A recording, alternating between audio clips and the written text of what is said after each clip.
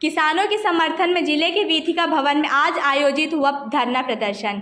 आपको बता दें कि मध्य प्रदेश के सीधी जिले में बढ़ रही महंगाई, भ्रष्टाचार और अनियमितता को लेकर सीधी जिले के वीथिका भवन में आज गुरुवार के दिन कांग्रेस ने धरना और प्रदर्शन किया, जहां उन्होंने किसानों के देशव्यापी आंदोलन और उनकी मांगों को लेकर भी इस आंदोलन के माध्यम से समर्थन दिया है।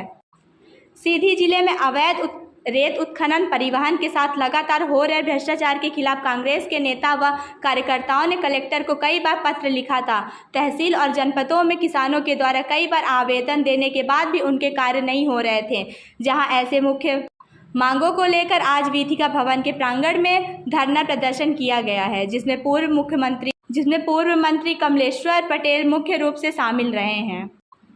इस दौरान पूर्व मंत्री कमलेश्वर पटेल ने प्रदेश और केंद्र की सरकार पर जमकर हमला बोला है। उन्होंने कहा कि यह घोटाले की सरकार है, प्रदेश में घोटालों की कमी नहीं है। कभी पटवारी का पेपर लीक हो जाता है तो कभी अन्य चीज़ें सामने निकल कर आती हैं।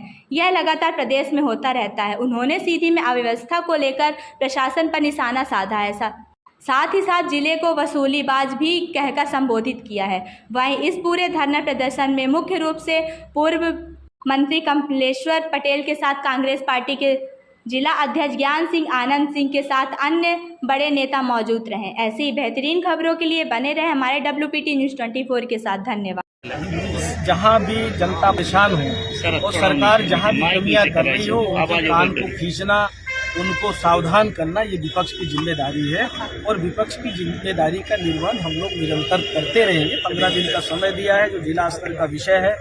जिला स्तर की समस्याओं का जिला प्रशासन समाधान करे, चाहे वो अभी किसानों को प्राकृतिक आपदा में जो नुकसान हुआ है, और चाहे राज्य स्तर का जो विषय है, जो सरकार ने घोषणा की है, वचन दिया है, गारंटी दी है। और झूठी गारंटी जैसे पहले सब साबित हुई, वैसे झूठी गारंटी अब हम लोग साबित नहीं होने देंगे। हम लोग लड़ाई लड़ेंगे। हम लोगों ने तय किया है कि भारतीय जनता पार्टी के जो संकल्प पत्र में था, जिन बिंदुओं का उन्होंने उल्लेख किया था, उसको लेके हम लोग निरंतर सरकार को याद दिलाएंगे, जनता को याद दिलाएंगे कि किस तरह से झूठे वादे करके सरकार तो बना ली, ये झूठी गारंटी हम नहीं चाहिए। चाहे केंद्र की मोदी गारंटी हो और चाहे यहाँ की शिवराज सिंह चौहान की गारंटी हो, जो अभी काका की गारंटी हो गई।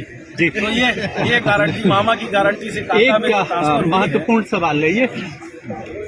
भारतीय जनता पार्टी कह रही है कि मध्य प्रदेश में कांग्रेस भी इन कर देंगे, एक भी लोकसभा सीट नहीं जीतने देंगे। लोकसभा चुनाव को लेकर आप देखिए, ऐसा है कि भारतीय जनता पार्टी अपना देखे, अब उनकी विदाई का समय आ गया है। वैसे ही होगा जैसे साइनिंग इंडिया फील हुआ था ना वाजपेयी जी और महाजन जी के टाइम में, जब इन लोग यही कह रहे थे कि अब इनके अलावा कोई सरकार आने वाली नहीं है। यूपीए गवर्नमेंट उसके बाद बनी थी।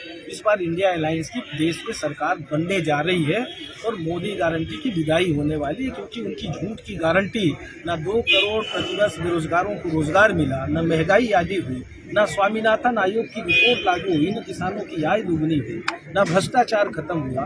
क्या मिला है देश को?